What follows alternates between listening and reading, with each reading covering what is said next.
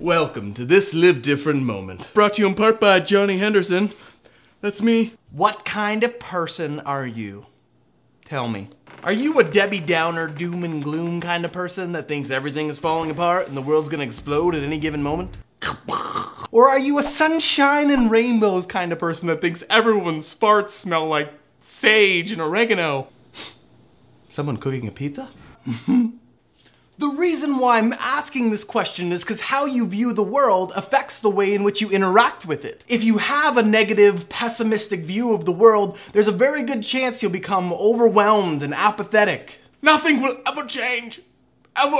This world is just so sad. What could I possibly do to fix it? We've all seen one of these commercials or an ad on the internet with a small African child sitting in the dirt with the fly in his eye, and he looks so sad and so alone, and you just want to scoop him up and you want to hold him and you want to tell him everything will be okay, and you feel really guilty. But the problem with guilt is that it doesn't last. It's not a lasting emotion. Guilt comes upon us at a moment and it might encourage us to maybe do one little tiny thing, but guilt doesn't change us. Guilt is just not a good motivator. Hi, my name's Guilt. You should feel terrible about yourself. You're not that great of a person. You need to work on a lot. Another problem with having a guilt-based, pessimistic view of the world is that it helps perpetuate stereotypes that aren't even really accurate. Let's take Africa, for example. Yes, Africa has poverty, but it is a diverse continent with 54 different countries. It has a vast array of landscapes and cultures and socio-economic classes. But this is not the way we view it in North America. With our ignorance and our love of negativity, we have superimposed this false image of what Africa really is. Africa is not hopeless. I'm allowed to say this stuff because I lived there for 4 months, okay? I got street cred. Kenya. Represent. Can you believe I lived in Africa?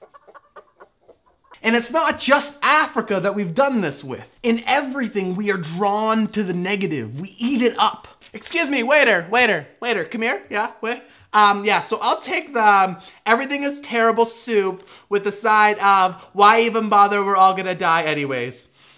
And this is what many of us do so naturally. It's called the negativity bias, or the negativity effect. We are drawn to the negative. We love it. I love you, negativity. You're my best friend. Shut up, donkey face. The problem with focusing so much on the negative is that it makes seeing the positive so much harder. Our ability to imagine hope becomes limited, and the way that we see the world becomes dark. And when we feed into this negativity, it perpetuates a negative cycle. Can't stop this negativity. Can't stop this negativity. I'm so trapped in my negativity cycle, this club can't even handle me right now. Woo! Everything is terrible. I hate life. Has your mom ever told you to punch a pillow or maybe scream to let your aggression out? The idea is that if I can release all my negativity and my anger, then I will be free from it. The truth is, this idea is fundamentally wrong. I'm sorry, Mom, but you're wrong. Oh, it feels so good to say that. Mom, you're wrong. Yes, sweet like butter. All right, I'm being a little negative. They've done studies and experiments that prove when you try to manage your aggression and anger with aggressive and angry behavior, it only amplifies how you're feeling. It makes those negative feelings louder. But if you try to combat your negativity and anger and aggression with optimism and positivity, you'll actually see a change in your mental state. It's quite simple. Negativity plus negative actions equals more negativity. Negativity plus positivity. I feel a little bit better. It might sound lame, and I'm not necessarily suggesting that next time you're angry you need to just take a moment and cuddle some soft, fluffy puppies, although that might work. What I'm saying is two negatives don't make a positive. You gotta interrupt the negativity cycle. Hey, you kids, stop being so negative. It's important to break this negativity cycle in our lives because with a negative mindset, you're unable to see the potential for the future. So right now, I'm going to burst your negativity bubble. Since 1970, extreme poverty has been cut in half globally. No way. The gap between the rich and the poor is actually shrinking. What? That's not what I was told. 80% of the world is now vaccinated from preventable diseases that used to kill millions. Well, that's neat. The amount of access to life-changing HIV treatment has gone up 4,200% since 2002. That's cray, yo. From 1970 to now, the amount of people with access to clean, safe drinking water has gone from 45% to now 85%. I'm starting to become positive. I might just happen to suggest that that's an improvement.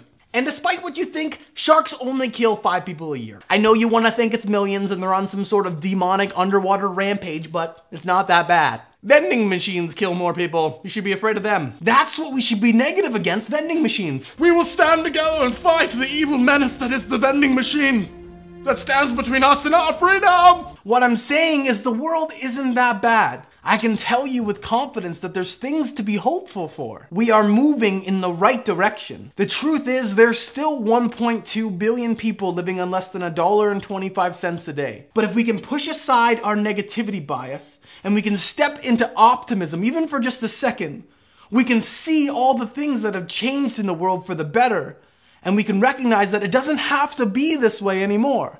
We can make a difference. We know things can change because they've changed. People like you choose to make a difference, and a difference is made. Smile, because the world isn't that bad. There is plenty of hope to go around. There is hope for you. Now here's my challenge to you.